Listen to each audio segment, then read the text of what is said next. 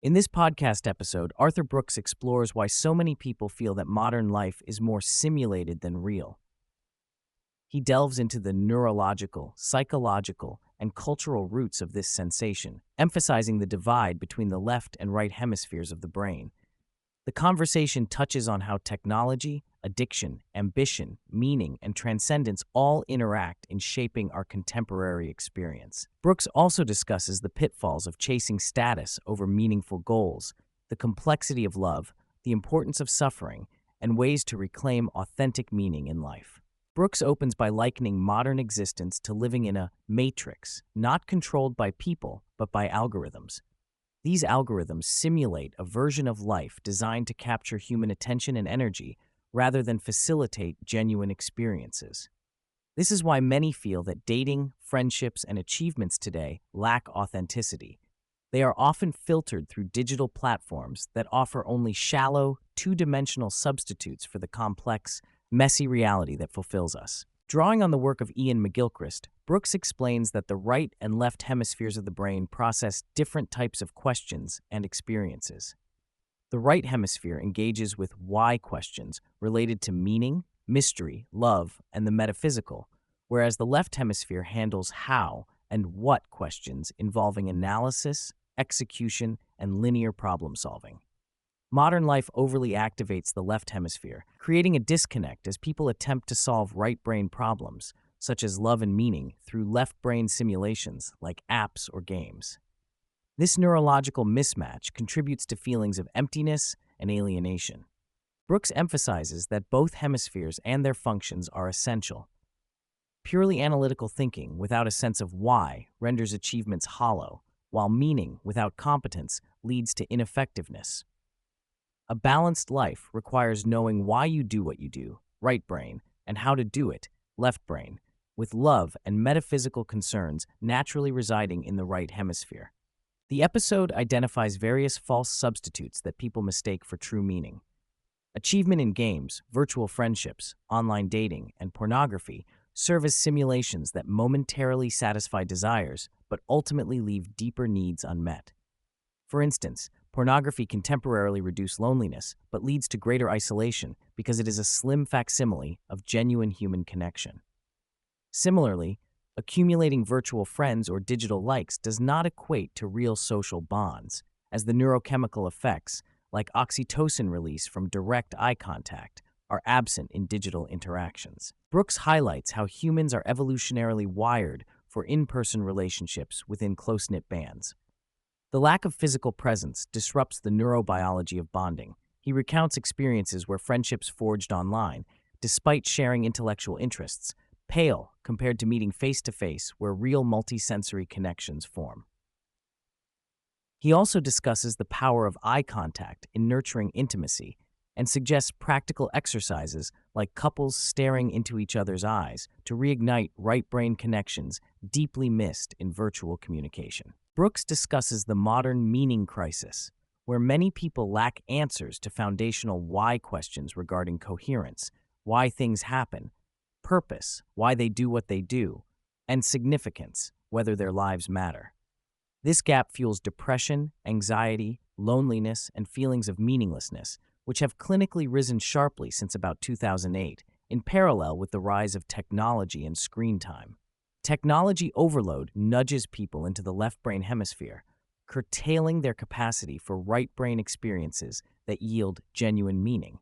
One profound insight Brooks shares is about the arrival fallacy, the mistaken belief that achieving a major goal or milestone will bring lasting happiness or fulfillment. He observes this phenomenon in Olympic athletes who often experience depression after winning gold.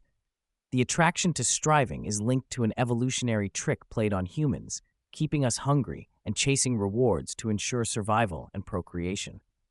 This programming means satisfaction is fleeting, and ambition often serves as a way to distract from inner emptiness or to seek validation rather than authentic self-worth. Brooks distinguishes between specialness, a craving for recognition, status, and external validation, and genuine happiness, which is rooted in meaningful connection and personal fulfillment.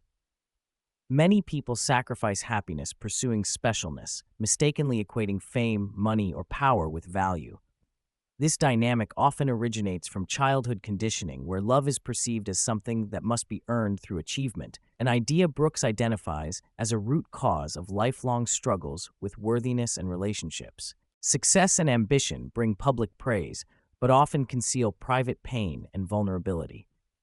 Brooks remarks on the paradox, where traits celebrated in professional contexts, like decisiveness and toughness, can cause emotional detachment and dysfunction in personal relationships.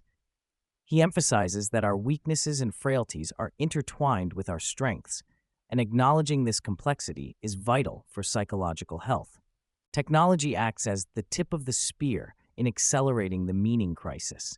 It fosters a culture of scientism, a belief that all problems are complicated and solvable through technology, while neglecting complex problems that require living with uncertainty and mystery. The rapid expansion of screen-based interactions has led to more depression despite better access to therapists and information. Addiction to phones and social media operates like more obvious addictions, intensifying anxiety, loneliness, and boredom in a destructive feedback loop.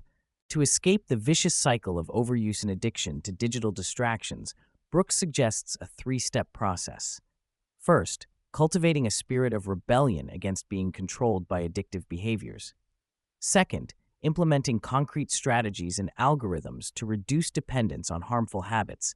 And third, learning to be alone and comfortable with oneself again.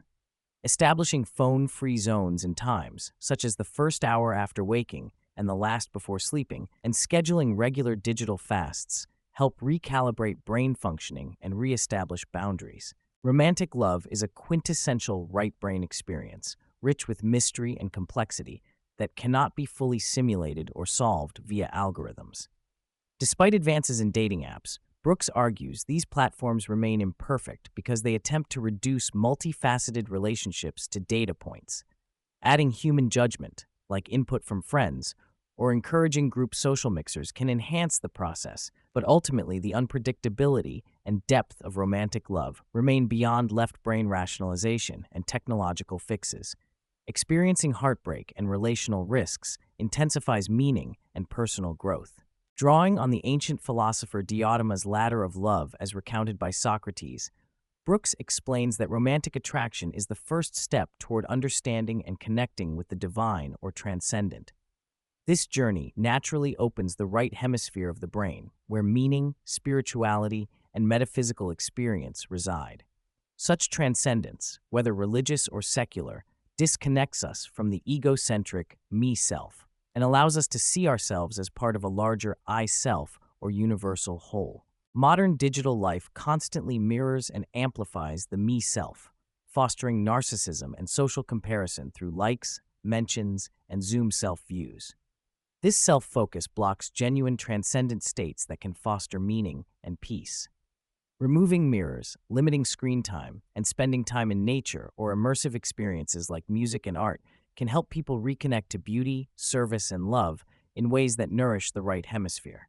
Brooks clarifies that calling is less about finding a fun or glamorous job and more about discovering a vocation that genuinely captures your attention and serves others. True calling often involves hard work and struggle, rather than merely status or fame. Recognition and value creation, knowing that someone needs you, are key markers of meaningful work. He cautions against mistaking status or external validation for authentic calling, noting that many who pursue fame or money without alignment end up burned out and unhappy. Suffering is portrayed as the ultimate meaning-making experience. Despite the common desire to avoid pain, negative emotions, particularly sadness, are evolutionarily important signals that drive meaningful personal growth.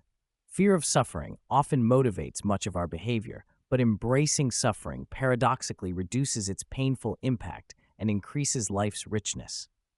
Brooks encourages leaning into pain with gratitude, adopting a stance of non-resistance that reveals the sacredness of suffering. Although meaning has declined sharply in modern life, Brooks notes that enjoyment and satisfaction can still be maintained to some degree, especially among driven individuals. Enjoyment involves conscious pleasure combined with social connection and memory, whereas satisfaction stems from achieving challenging goals through struggle. Meaning, however, is distinct and deeply linked to right hemisphere processes, metaphysics, and fulfillment beyond self-interest. The lack of meaning explains much of the current societal unhappiness crisis. To recover from emptiness and meaninglessness, Brooks advises developing habits that align your brain with its evolutionary design. Prioritizing healthy technology use and setting boundaries is fundamental. Embracing boredom allows the mind to engage the default mode network, fostering creativity and meaning. Engaging in real-world relationships, committing to metaphysical or spiritual exploration, serving others with authentic value, appreciating beauty in nature, art and kindness, and welcoming suffering with gratitude are key practices for restoring a balanced and meaningful life. Drawing from philosopher Joseph Pieper, Brooks encourages understanding leisure not as mere idleness, but as a telic, not goal-directed activities that create value beyond compensation. Leisure involves deepening relationships, exploring non-productive knowledge, and pursuing joy without achievement pressures.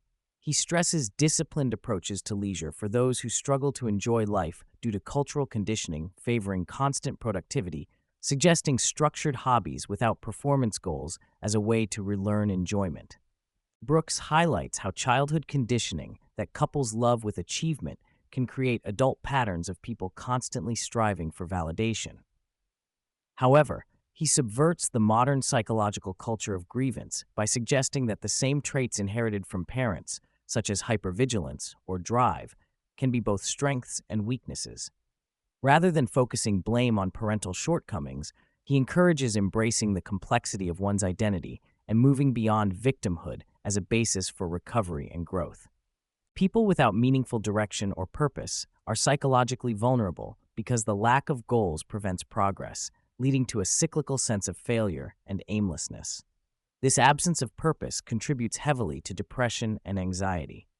Brooks advises cultivating clear goals and striving, while cautioning against confusing ambition for meaningful purpose.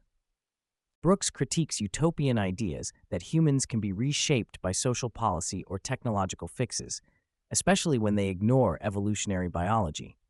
Experiments with universal basic income failed, partly because they removed the sense of earned success and did not align with individuals' differing values or needs.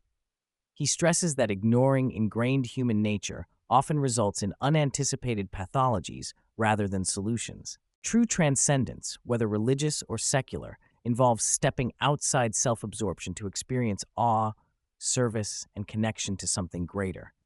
Modern life's focus on the self and its computerized mirror reflections block these experiences. Engaging in service, prayer, or meditation can foster right brain states where meaning finds you, representing a pathway to alleviate existential emptiness. According to research outlined by Brooks and psychologist Michael Steger, meaningfulness consists of coherence, understanding why things happen, purpose, knowing why you do what you do, and significance, feeling your life matters. Most contemporary cultural narratives fail to provide satisfying answers to these questions, especially in an online world dominated by distraction and superficial interactions. He stresses that the richness of human connection depends on multidimensional, multisensory experiences grounded in shared space and time. Virtual substitutes, no matter how sophisticated, lack the neurochemical foundations of real bonding. Real friendships and romantic relationships entail risk, mystery, and unsolvable complexity that are vital to a deeply meaningful life. Arthur Brooks invites listeners to reconsider their relationship with technology, ambition, suffering, love, and leisure as they navigate the challenges of modern life. Embracing the mysteries, contradictions, and complex demands of being human, rather than succumbing to simulations and superficial distractions, holds the key to restoring meaning, joy, and fulfillment.